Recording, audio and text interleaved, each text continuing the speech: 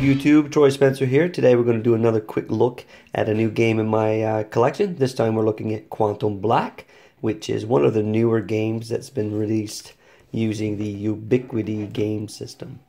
Now this game is Action Horror Roleplay. It's done by Quantum Black Games, and I assume that's a company that was developed or came together in order to craft this product. Now the game was originally released, as so many are these days, through Kickstarter. So within the game, you are acting as agents for Quantum Integrated Technologies, which is a technology corporation or conglomerate, and as such, you're investigators and frontline forces against these cosmic horrors. So it's Lovecraftian take. It's in modern times or near future times, basically. You're using drones and guns and stuff like that to fight back these cosmic horrors. When I first came across this game, it was through Runeslinger, who did an unboxing of his Kickstarter copy. This, however, is not that. He had received a book with a dust jacket, and inside there was a beautiful black hide cover.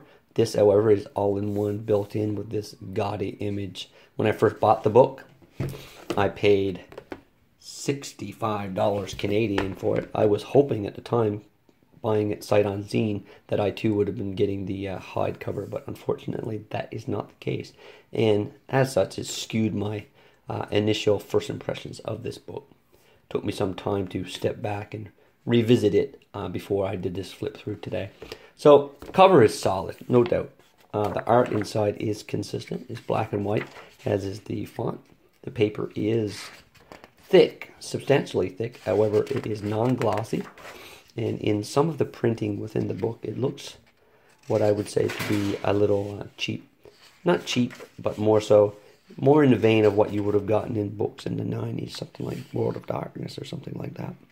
Not what you would expect for a modern day AAA title.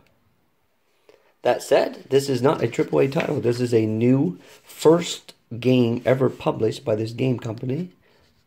So I will give them a little grace in that regard. The art is black and white pencil drawings for the most part. And as I was saying, the same style is used throughout the book, so thankful for that at least. So it uses the Ubiquity system, and as such is a dice pool system where your dice pool is built using your attribute skills, where successes will be derived from evens and failures will be derived from odds on your dice. You can also use Ubiquity dice, but it's not necessary. Most of the games that use the Ubiquity system give archetypes. This one's no different. Here we look at an example. Let's look at this one, Technician, for instance. It just gives you an example of what your character can be working for this company. For instance, you can be a computer hacker, drone operator, electronic intelligence operative, etc. And actually goes into more detail as well after we look at motivations, which is important for any character. You have your attributes and you have your skills. This is the main part that builds up your character. They also give example pre-built characters in here as well. Here we look at a chart of the different talents.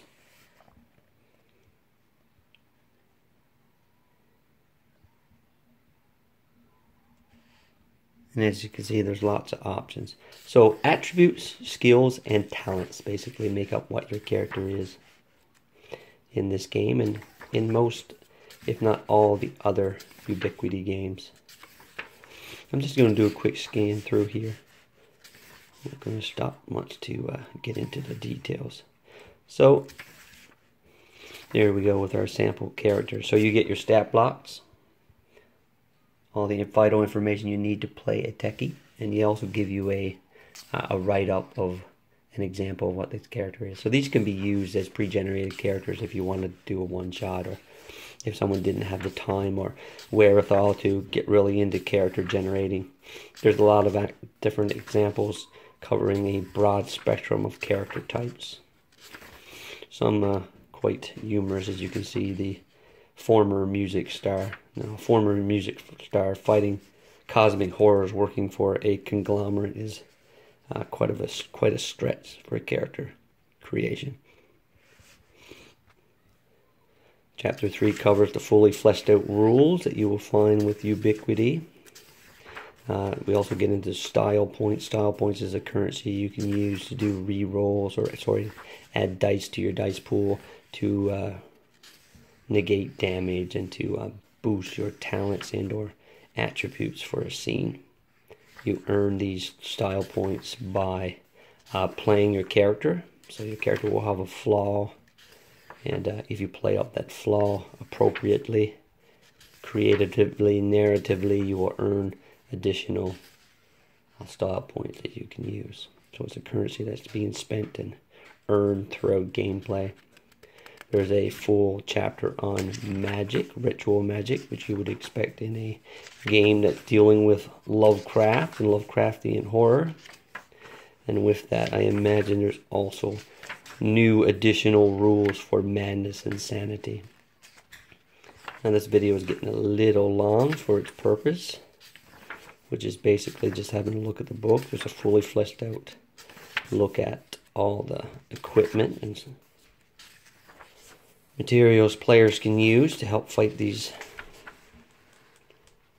creatures from beyond. There's a Game Master chapter. Lots of charts here as well. We're looking at different factions and societies within the game world. There's some really good information here. This is we're looking at a really good bestiary for cosmic horrors, which you wouldn't find in other Ubiquity games. So for no other reason, it would be a good resource for that if you were playing any of the other games, and they would be fully compatible with Hollow Earth or Leagues of Adventure, or Leagues of Gothic Horror. So yeah, there's really fleshed out. There's a lot of different options.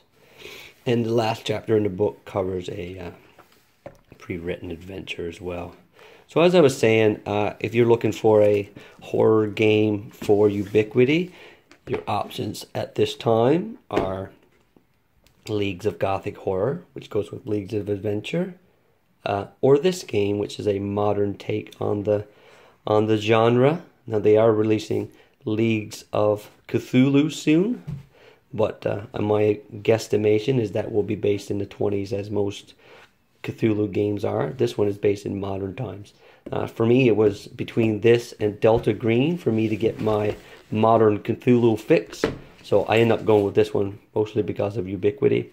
Again, the book is not stellar, but luckily for anyone that's considering this product, they are doing a revised edition of the book that cleans up some of the things inside. I imagine even the print quality and stuff might be boosted a bit as well. So I'm not going to get on them too bad, because again, it's their first product. But that said, I would suggest you buy the PDF or wait for the revised version, because this book itself is, I would say, second tier at best. Cheers. What we do here is go back.